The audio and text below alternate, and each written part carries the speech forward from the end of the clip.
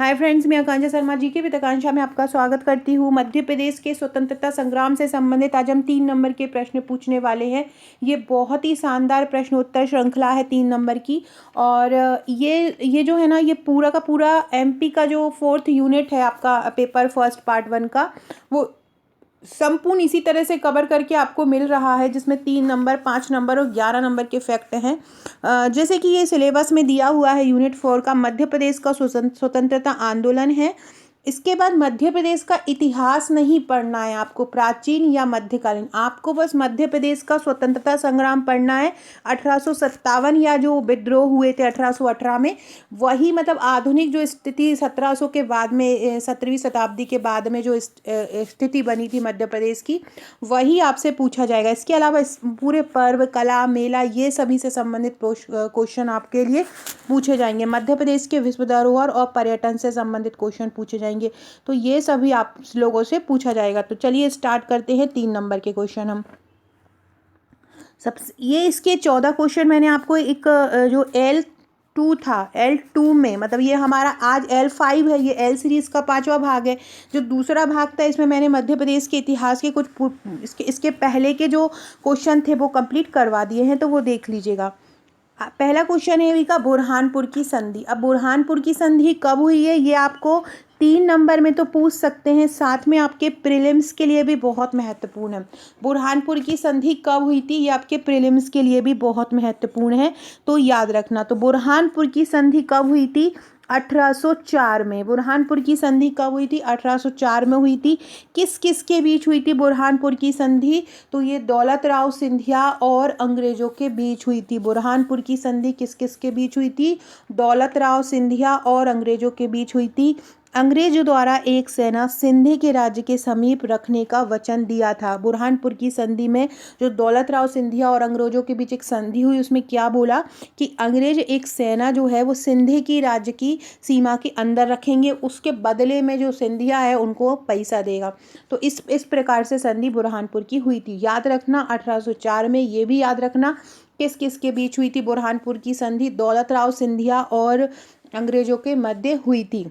इसको दौलत राव सिंधिया को मोती वाला भी कहा जाता है, ये फैक्ट भी याद रखिएगा। अगला है 12 भाई परिषद। अगला क्या है? 12 भाई परिषद। नारायण राव की हत्या के बाद राघोबा का विरोध करने के लिए, एक व्यवस्था बनाए रखने के लिए 12 भाई परिषद का गठन किया। क्या हुआ? नारायण राव की हत्या जब हो गई थी, तो उसके बाद राघोबा का विरोध करने के लिए और व्यवस्थाओं को बनाए रखने के लिए एक परिषद का गठन किया गया था, जिसको 12 भाई परिषद कहा जाता था। अगला है सरंजामी व्यवस्था। ये बहुत महत्वपूर्ण है, ये इसके मेंस में आने के बहुत चांसेस हैं। तो किसी क्षेत्र पर आधिपत्य बनाए रखने या सेना के लिए आवश्यक साजो सामान व धन आदि के लिए भू राजस्व प्राप्ति का अधिकार होना। सरंजामी व्यवस्था क्या कहलाती है? किसी क्षेत्र पर आधिपत्य मतलब अधिकार बनाए रखने के लिए या सेना के लिए आवश्यक साजो सामान व धन आदि के लिए भू राजस्व प्राप्ति का जो अधिकार होना है, वो कहलाता है सरंजामी व्यवस्था। वो व्यवस्था क्या कहलाती है? सरंजामी व्यवस्था कहलाती है। अगला है सिपाही बहादुर। सिपाही बहादुर कौन थे? तो सीहोर में अंग्रेजों के विरुद्ध एक नई हुकूमत की नींव महावीर कोठा व बली शाह ने डाली। क्या? सीहोर में अंग्रेजों के विरुद्ध एक नई हुकूमत की नींव डाली थी। किसने डाली? महावीर कोठा और बली शाह ने डाली थी, जिसका नाम सिपाही बहादुर रखा गया। इसका नाम क्या रखा गया? इसका नाम सिपाही बहादुर रखा गया। अगला है ठाकुर रणमत सिंह। ठाकुर रणमत सिंह को काकू भी कहा जाता है। और अगर काकू आपको ऐसे नहीं लिखा है तो आप इनको ऐसा एक लाइन आप ये भी लिख सकते हो, उपनाम काकू। 1857 की क्रांति में विंध्य क्षेत्र के ये क्रांतिकारी थे। ठाकुर रणमत सिंह स्टेडियम भी है रीवा में।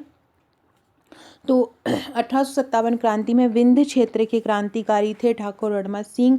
नागौद के रेजिडेंट पर इन्होंने हमला किया था। कहाँ पे? नागौद के रेजिडेंट पर इन्होंने हमला किया था। 1 अगस्त 1859 को इनको फांसी दी गई। कब दी गई थी? 1 अगस्त 1859 को इनको फांसी दे दी गई थी ठाकुर रणमत सिंह को। तो ये आप लिख सकते हो। फ्रेंड्स, मध्य प्रदेश की जो इतिहास की यूनिट 4 की एक अपडेटेड फाइल भी मैं बना रही हूँ अभी। 5 से 6 दिन में वो तैयार हो जाएगी। उसकी आप सॉफ्ट कॉपी भी ले सकते हो, जिसकी सॉफ्ट कॉपी का चार्ज 290 रुपये रहेगा। आप उसकी सॉफ्ट कॉपी भी रह सकते हो, उसमें बहुत सारे 3 नंबर भी रहेंगे, सिलेबस के अकॉर्डिंग यूनिट रहेगी। जिन्होंने हमारा मेंस का नोट्स ले रहे हैं उनको ये फाइल मिलेगी, जिन्होंने ले चुके हैं उनके लिए एमपी स्पेशल का एक ग्रुप मिल रहा है, उसमें इसकी पीडीएफ प्रोवाइड कराई जाएंगी। हमारे जो एमपीपीएससी के नोट्स हैं पूरे हैंड रिटन हैं, फ्लो चार्ट सहित हैं। इस प्रकार के बॉक्स आपके पास आता है, जिस बॉक्स में आपको हमारे मेंस के नोट्स मिलते हैं। एमपीपीएससी मेंस के जो हमारे नोट्स हैं वो यूनिट वाइज हैं, यूनिट वाइज तैयार किए गए हैं प्रश्नोत्तर श्रृंखला में। इस प्रकार से आंसर को फ्रेम किया है कि आपको मेंस प्लस प्री दोनों की ही तैयारी, क्योंकि अब आपको ऐसे ही फोकस करना, जैसे ही हो सकता है मे बी पॉसिबल 2019 का रिजल्ट आज रात में या कल आ जाए, तो उसके बाद जैसे जैसे एग्ज़ाम होते जाएंगे तो रिजल्ट भी टाइम टू टाइम आते जाएंगे। वैसे तो अभी 27% वाला जो ओबीसी आरक्षण है वो अभी सॉल्व नहीं हुआ है, वो जो अभी भी स्थिति जब भी सुलझे, हो सकता है लोकसभा चुनाव के बाद सुधरे, अभी तो मुश्किल ही दिख रहा है। तो आप हमारे नोट्स प्रेफर कर सकते हैं प्रीलिम्स के लिए भी, मेंस के लिए। हमने अभी एक नया पैकेज बनाया है, पैकेज की जानकारी मैं आपको बता देती हूँ। जो हमारा पैकेज है वो कुछ इस तरह से है, एमपीपीएससी मेंस प्लस प्री का होल पैकेज है। इसमें क्या हो रहा है ना, आपको मेंस की 44 बुकलेट मिल रही हैं, प्री की 11 बुकलेट मिल रही हैं और प्री के प्रैक्टिस सेट मिल रहे हैं। जो प्री के टेस्ट हैं या प्री के प्रैक्टिस सेट हैं वो 3 मिल रहे हैं। 3 प्रैक्टिस सेट मतलब 12,000 MCQ, 12,000 MCQ का आपको पैकेज मिल रहा है। प्रीलिम्स के लिए एमपीपीएससी प्रीलिम्स के नोट्स मिल रहे हैं यूनिट वाइज 11 बुकलेट, और टोटल मेंस की बुकलेट मिल रही है 44, जिसमें 12 बुकलेट 3 नंबर की हैं और 32 बुकलेट 5 नंबर और 11 नंबर की। ये जो हमारा नोट्स है वो प्रश्नोत्तर श्रृंखला में टॉपिक वाइज है, अलग अलग यूनिट की अलग बुकलेट मिलेगी। जैसे कि जनसंख्या स्वास्थ्य की अलग मिलेगी, स्वास्थ्य की अलग मिलेगी, पर्यावरण की अलग बुकलेट मिलेगी, ऊर्जा की अलग मिलेगी, भूगर्भ शास्त्र की अलग मिलेगी, गणित की अलग मिलेगी, पॉलिटी की अलग मिलेगी, समाज शास्त्र की अलग मिलेगी। ऐसे अलग अलग यूनिट वाइज ये बुकलेट तैयार की गई हैं। तो ये आपके घर पर आएंगी, आप इनकी ले सकते हैं, हार्ड कॉपी आपके घर पर आएंगी, इस तरह के नोट्स आपके घर पहुंचेंगे। मेंस की अगर पैकेज की बात की जाए तो मेंस में टोटल 44 बुकलेट मिलती हैं, प्लस अगर प्री भी लेना चाहते हैं, प्रैक्टिस सेट भी लेना चाहते हैं तो ये टोटल 58 हो जाती हैं। मेंस में 5 और 11 नंबर की 32 बुकलेट मिलती हैं, 3 नंबर की ये 12 बुकलेट मिलती है। पेपर फर्स्ट से लेके पेपर 6 तक के सभी यूनिट इसमें कवर रहते हैं, निबंध भी इसमें कवर है सिलेबस वाले। साथ में 25 व्हाट्सएप के ग्रुप मिलते हैं जहाँ पे हम आपकी तैयारी कराते हैं। इंपॉर्टेंट क्वेश्चन, कोई भी करंट अफेयर से संबंधित क्वेश्चन बनता है तो वो इन ग्रुप में दिए जाते हैं। तो अगर आप हमारे ये नोट्स लेना चाहते हैं तो आप मुझे व्हाट्सएप कर सकते हैं। इस प्रकार की बुकलेट आपके घर पहुँचती हैं और ये पूरा पैकेज है। किस प्रकार के नोट्स हैं, लगातार मैं पिछले 3-4 सालों से लगातार आपको मेंस पढ़ा रही हूँ। मेंस में आप देखते हैं किस तरह से मैंने हैंड रिटन नोट्स में बना बनाया आपको रेडीमेड मटेरियल मिलता है। इस तरह का एक बॉक्स रहता है जो आपके घर पे जाता है। इसमें 58 बुकलेट लेना चाहें तो 58 बुकलेट, 44 लेना चाहें मेंस की अकेले तो 44। तो अभी यह ऑफ़र चल रहा है हमारे मेंस प्लस प्री वाले पे, कुछ ही समय का ये ऑफ़र है। तो आप अगर बुकिंग कराना चाहते हैं तो अपनी बुकिंग करा सकते हैं। अब हम अगला क्वेश्चन देखते हैं। अगला क्वेश्चन है लॉर्ड मैकफर्सन। क्या है? लॉर्ड मैकफर्सन ये 1857 की क्रांति के समय के एक अंग्रेज पॉलिटिकल एजेंट हैं। मैकफर्सन कौन है? 1857 की क्रांति के एक अंग्रेज पॉलिटिकल एजेंट हैं। इनके कहने पर जयाजीराव सिंधिया ने अपनी सेना को 1857 की क्रांति से दूर रखा था। लॉर्ड मैकफर्सन ने ही जयाजीराव सिंधिया को बोला था कि आप अपनी सेना को ये जो 1857 का संग्राम हो रहा है वहाँ से दूर रखो। तो जयाजीराव सिंधिया ने अपनी सेना को 1857 की क्रांति से दूर रखा था। किसके कहने पर रखा था? Lord Macpherson. ये भी याद रखो, 1857 की क्रांति के समय कौन सा सिंधिया शासक था? जयाजीराव सिंधिया। जयाजीराव सिंधिया जो शासक था 1857 की क्रांति से इसको दूर रखा गया। तो ये याद रखिएगा लॉर्ड मैकफर्सन कौन थे।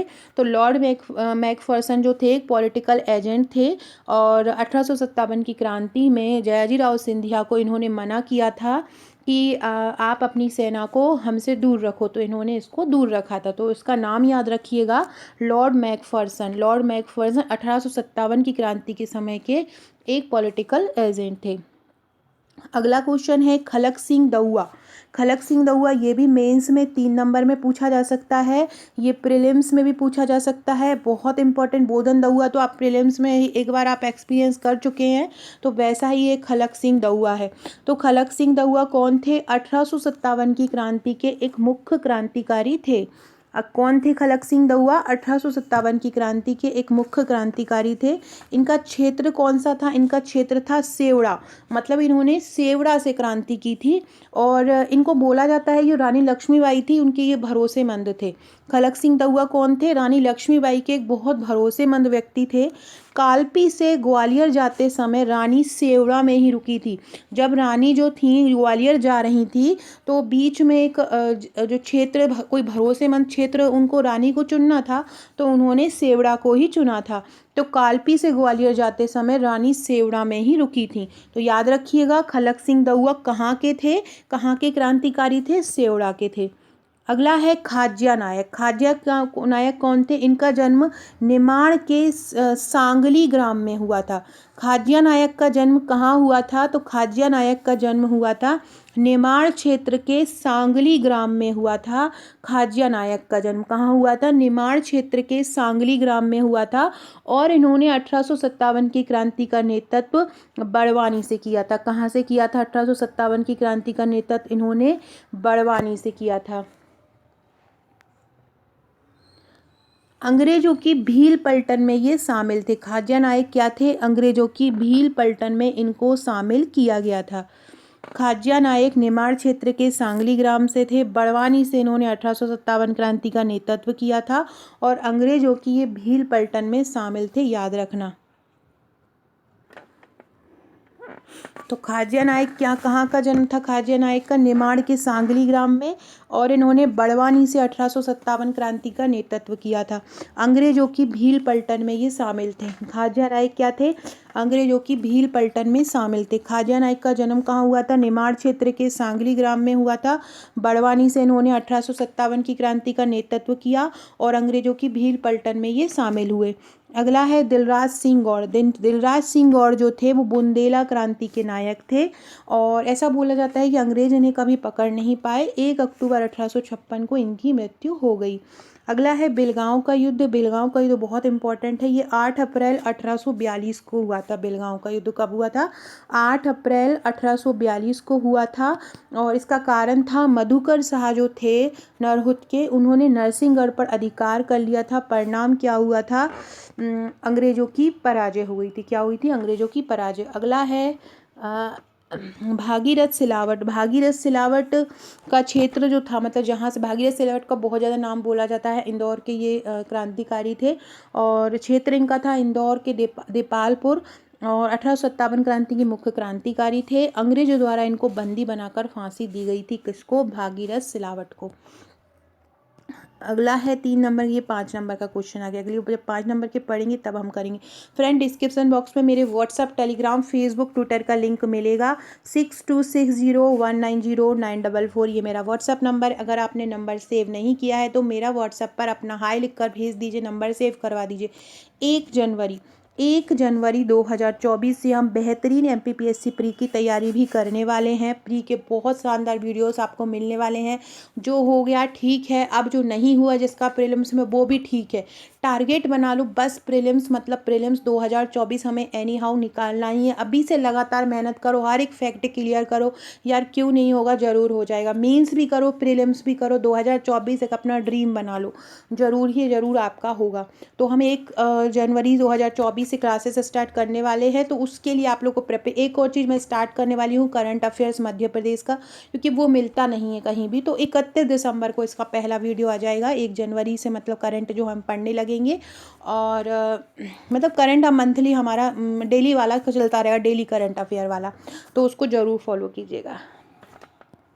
झलकारी बाई के बारे में पढ़ें तो ये वीर निर्भय शासिका थी। झलकारी बाई के बारे में कहा जाता है कि महारानी लक्ष्मीबाई की भी वो डुप्लीकेट थी, मतलब हूबहू उनकी जैसे लगती थी। तो क्या होता था, कहीं कहीं पे ये जब अंग्रेज लड़ने आते थे तो महारानी लक्ष्मीबाई बनकर ये आगे आ जाती थी और महारानी लक्ष्मीबाई को बोलती थी कि आप यहीं पर रहो। तो महारानी लक्ष्मीबाई को युद्ध में सहायता दी थी। कटार घोंपकर इन्होंने प्राणों की आहुति दे दी थी। तो ये भी आप ये भी ऐसा भी लिख सकते हो, महारानी लक्ष्मीबाई की सहायिका, ऐसा भी इनको लिख सकते हो। मध्य प्रदेश में जंगल सत्याग्रह के प्रणेता, ये एक लाइन में पूछा जाने वाला प्रश्न है, तो ये है द्वारका प्रसाद मिश्र। अगला है घोड़ा डोंगरी सत्याग्रह, तो ये गंजन सिंह कोरगू के नेतृत्व में 1930 में हुआ था। सन भी याद रखना। उनका मानना था कि जंगल हमारा है, अंग्रेजों की बंदिश नहीं है। घोड़ा डोंगरी सत्याग्रह जब हुआ था तो उन्होंने ये माना था। काजिया नायक कौन थे? 1830 में इनका निमाड़ में जन्म हुआ था। 1857 के स्वतंत्रता संग्राम में शामिल हुए थे और अंग्रेजों के शोषण के विरुद्ध इन्होंने अभियान चलाया था। अगला है भीमाजी नायक। भीमाजी जो नायक थे उनका जन्म भी 1840 में हुआ था। भीमाजी नायक का जन्म भी कब हुआ था? 1840 में हुआ था और ये निमाड़ के पंचमोहली गांव के थे। अंग्रेजों के विरुद्ध आंदोलन इन्होंने चलाया था। सतपुड़ा के घने जंगल में अंग्रेजों द्वारा इनको बंदी बनाया गया। कहाँ पे? सतपुड़ा के घने जंगल में अंग्रेजों द्वारा इनको बंदी बनाया गया।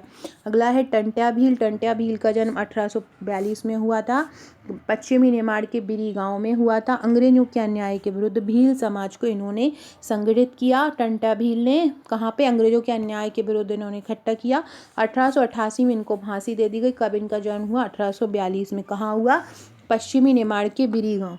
रानी दुर्गावती पर टिप्पणी लिखो, तो कलिंजर के चंदेल शासक कीर्तिराज की ये पुत्री थी। किसकी पुत्री थी? कलिंजर के चंदेल शासक कीर्तिराज की। विवाह इनका गोंडवाना नरेश दलपति शाह से हुआ था। अल्पवयस्क पुत्र वीर नारायण की ये इनके जो अल्पवयस्क पुत्र थे वीर नारायण, उनकी ये संरक्षिका थी। उन्हीं के ही मतलब उन्हीं की जगह पर इन्होंने युद्ध किया। 1564 में मुगल सेना का वीरता से सामना करते हुए इन्होंने वीरगति को प्राप्त किया। तो ये रानी दुर्गावती की। तो इसी प्रकार के और क्वेश्चन अब हम नेक्स्ट वीडियो में पढ़ेंगे। नेक्स्ट वीडियो में कुछ 5 नंबर, कुछ 3 नंबर, कुछ 11 नंबर के क्वेश्चन ही पढ़ेंगे। अगर आप हमारी नोट्स लेना चाहते हैं, हमारा पूरा पैकेज लेना चाहते हैं, तो आप मुझे व्हाट्सअप कर सकते हैं। मेरा व्हाट्सअप नंबर ये लिखा हुआ है, यहाँ पर अपना नंबर भी सेव करवा दीजिएगा। Okay friends, thank you.